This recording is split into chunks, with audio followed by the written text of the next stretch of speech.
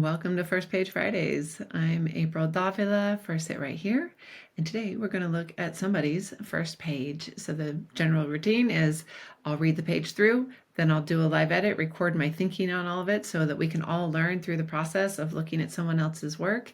Thank you to my brave writers who have sent in pages, and if you would like to send in a page for a live edit, there's a link below in the show notes. You can just click there and send it in, and next time it could be you. So let's jump into it. Don't forget to like and subscribe so that you can continue to learn as a writer. It's important as writers that we always be learning. All right, I'm going to start from the top.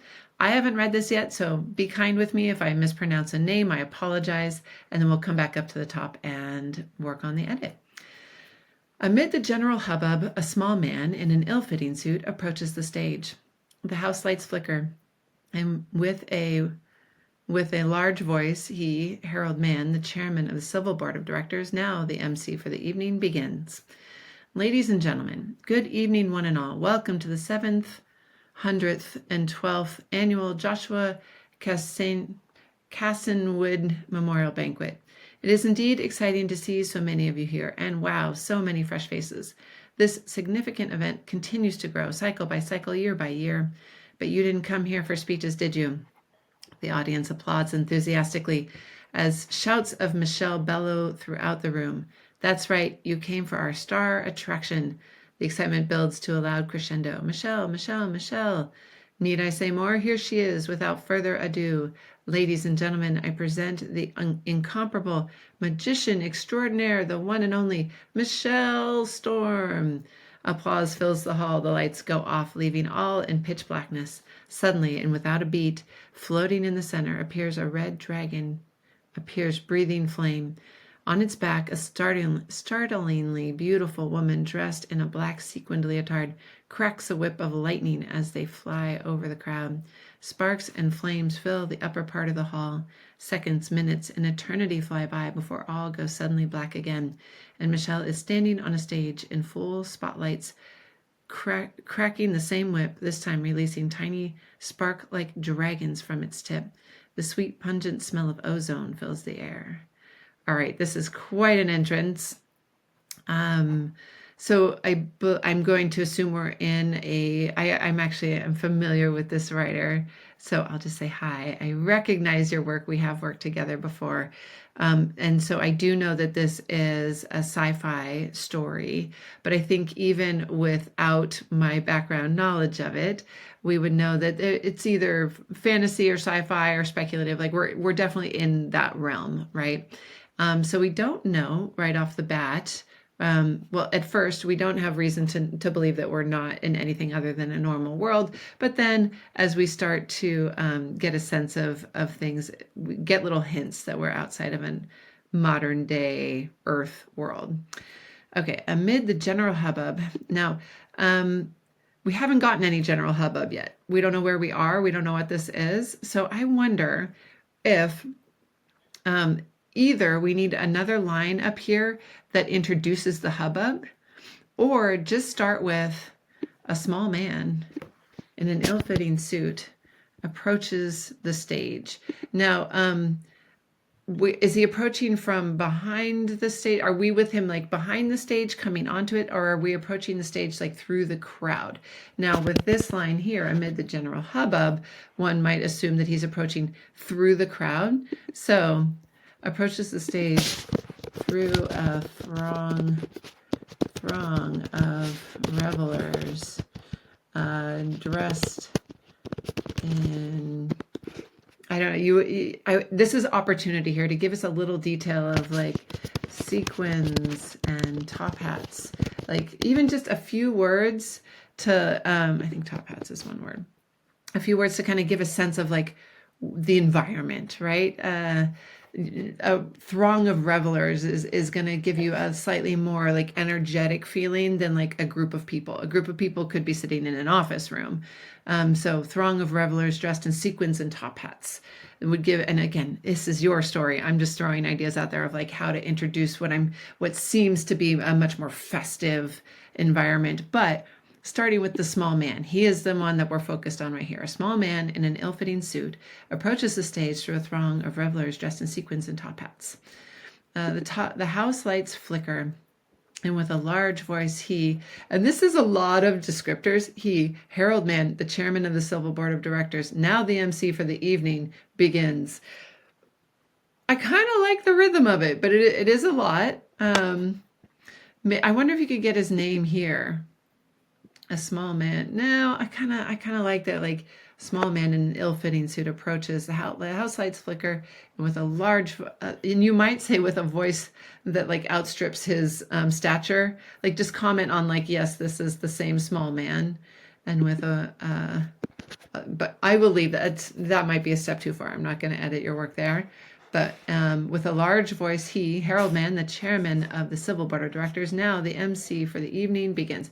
The word now is always a little tricky. You're in present tense, so I think it works. But now the MC for the evening begins. I think you could take it out. I just feel like the word now is always a little troublesome.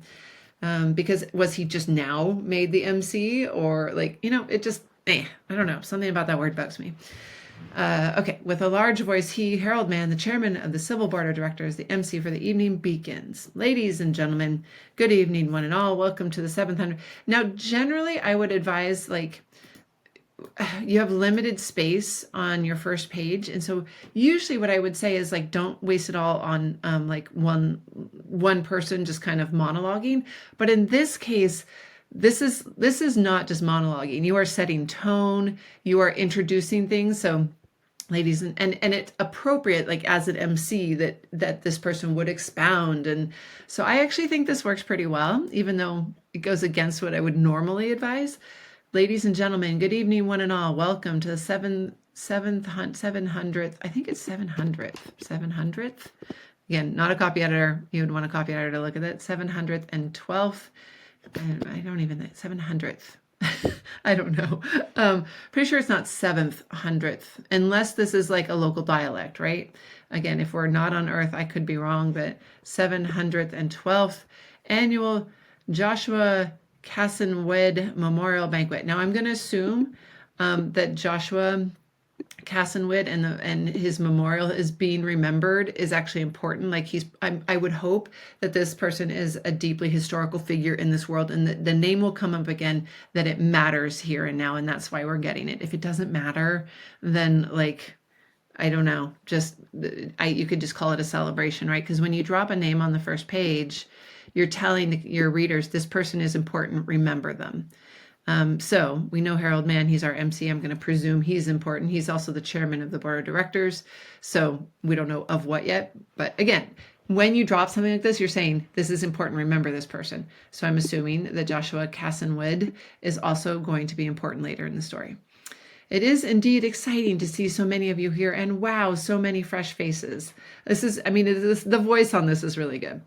This significant event continues to grow cycle by cycle, year by year. But you didn't come here for speeches, did you? The audience applauds enthusiastically as shouts of, and here I think you need to call it shouts of Michelle. I don't know if it would be quotes or italics or something. Just something to designate that this is what they're shouting, right? I'm going to go with quotes because that's kind of the more traditional way to indicate dialogue. The audience applauds enthusiastically as shouts of Michelle bellow, and maybe we put even exclamation, bellow throughout the room. That's right, you came for our star attraction. And again, not a copy editor, but I don't think you need the capitalized star attraction. The excitement builds to a loud crescendo. So when you're not in dialogue, it's generally a good idea to avoid exclamation points. This writing is already creating that energy.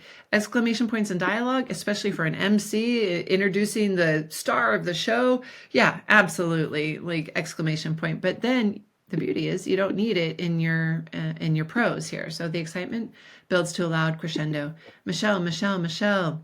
And again, I would put it in quotes because people are saying this, but then you have to designate like that we're switching back to the MC. So Harold Mann continued. Need I say more? Here she is. Without further ado, ladies and gentlemen, I present the incomparable magician extraordinaire, the one and only Michelle Storm. And again, if you were just writing this as like, not in dialogue, I would say don't use don't use all caps. Maybe this seems like too much, but in the voice of this MC, I think it totally works. It is just in considering how much limited space you do have on your first page. I think there's an opportunity here to trim a little bit. Maybe not need I say more. Maybe just like, here she is. Without further ado, ladies and gentlemen, I present the incomparable. And just to trim it a little bit, we want to keep that first page as concise as we can. Arguably, there might be a little more room for trimming, but I like the voice of this MC. Applause fills the hall. The lights go off, leaving all in pitch blackness. Suddenly and without a beat. So I'm not sure what that means, without a beat. That's kind of the same thing as suddenly, right? I'm just going to take that out. Suddenly, floating in the center. I think you need to give us a little bit more of what that means. Suddenly, floating in the center. You might even say like, suddenly a spotlight falls on, because the lights are out, right? And it's darkness. It falls on a woman, or a dragon. I would just say a dragon floating in the air above the audience. Like, actually tell us what's, like, because in the center of what, right? And I'm assuming, like, a red dragon appears, breathing flame. I was envisioning this as like a dragon in the air. I could be wrong. Maybe this is that, like, suddenly there's a dragon in the crowd, because I could also see like, whoop, like the crowd has to scurry out of the way and there's a dragon standing in the middle of the room. But in my mind, for whatever reason, I was picturing this as like a dragon in the air. So I'm going to just edit that way. But please, I mean, this is always your story. I'm just making best suggestions with my own assumptions. Okay, suddenly a spotlight falls on a dragon floating in the air above the audience. And then, like, a red dragon appears, breathing flame. Maybe let that first flame, or maybe the flame is what illuminates them. So instead of a spotlight, suddenly a burst of flame above the head of the audience illuminates a dragon who breathes another gust of flames out of his mouth. That's a little bit more of a rewrite. But if you don't like the idea of a spotlight, you could have the flame of the dragon breathing illuminate what's happening. But you need some light, right? Because all the lights have gone out. So suddenly a spotlight falls on a dragon. And I'm picturing red, I think, because of the flame. But could you give us a little hint of, like, big dragon, little dragon, red, purple, iridescent? What gives just the tiniest, like, word or two about what does a dragon look like on a blood red dragon floating in the air above the audience. It huffs and a burst of flame fills the air. I'm reluctant to, like, write too much into this. Is yours. I don't want to, like, recreate it. I'm just trying to give you a sense of what you could do with it here. Like, it huffs and a burst of flame fills the air. Just something. Give us that moment of the flame. On its back, a startlingly beautiful woman dressed in black sequined leotard cracks a whip of lightning as they fly over the crowd. Now, I don't know exactly what a whip of lightning is, but I have an image in my head and it's really cool. So I would leave that. I wonder if there is another word or two that you could give us about startlingly beautiful, because my startlingly beautiful is probably not the same as your startlingly beautiful. So rather than telling us she's startlingly beautiful, tell us what she looks like. Does she have, like, long, dark, curly hair? Is she a redhead? Is she thin? Is she curvy? Is she tall? Is she tiny? Like, you don't have to give it all right here. You don't have room. You don't want to lose the momentum of it. But I think you could choose a couple words that would tell us more than startlingly beautiful. and actually start to introduce us to this specific character. Because if for me, Startlingly Beautiful is like a redhead with curves, and your character is actually like a brunette with long straight hair, or really short black hair, then later when you get to her and you describe her, I'm going to have to like rearrange my whole concept of what Startlingly Beautiful is in the context of this story. So instead of beautiful, tell us what she looks like, even if it's just a word or two. You can always elaborate on her beauty later, but give us a few hints here. And then of course, sequined black leotard, love it. That is gonna look better with some light on her, which is why I think again this spotlight is important, because you won't see her if it's just the dragon breathing flames. It's probably not even enough light for a black sequin leotard to even show. People won't really see her, so we want to see her. She cracks the whip of lightning as they fly. Oh, here it is why I thought they were in the air and not on the ground. They fly over the crowd. Great. Okay. So my instincts were right there. And so are they floating, or are they actually whisking through the air when this happens? I don't know. There's a little bit of clarification, just the tiniest bit of specificity you could add to this. Sparks and flames fill the upper part of the hall. Seconds, minutes, and eternity fly by. And I like this because when something this spectacular is happening, time does get weird, right? Like seconds, eternity, who knows? Like, doesn't matter. Before it all goes suddenly black again, and Michelle is standing on a stage. Now, is it the same stage that this guy was on? Because if it's a stage is different than the stage. We've already seen a stage in full spotlights. So what I might suggest here, second, minutes, and eternity fly by before all goes suddenly black again. Black again. When the spotlights, so everything goes black, and then we want to, like, again, then the spotlights hit the stage and Michelle is standing there cracking the same way.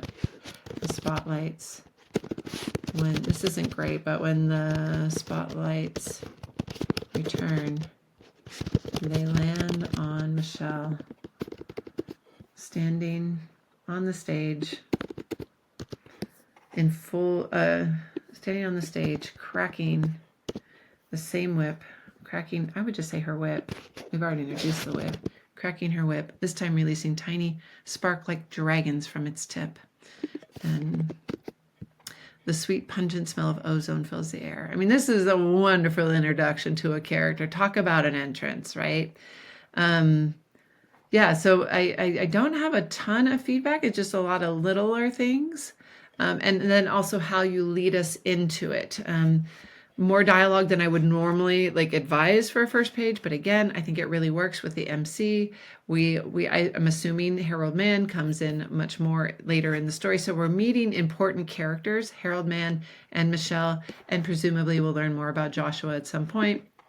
And then we get this wonderful entrance. So just clarifying a little bit of the logistics of her entrance, that when it goes dark, then you're going to need some light on her. So maybe a spotlight. You could even have like the loud click of a spotlight, and suddenly we see Michelle on a beautiful woman, or again, the description of the woman is important. But in general, I think this is a wonderful entrance to this story. I would keep reading because I'm curious to see what Michelle has to show for herself. If someone's going to introduce her in that way, I would bet it's a good show, and I would want to turn the page and keep reading. And I think with that, we'll call this one done. To those who are watching, if you would like me to take a pass at your first page, check out the link below in the show notes. Send me your page, and maybe next time we'll get a chance to look at yours. Happy writing, everybody. Cheers.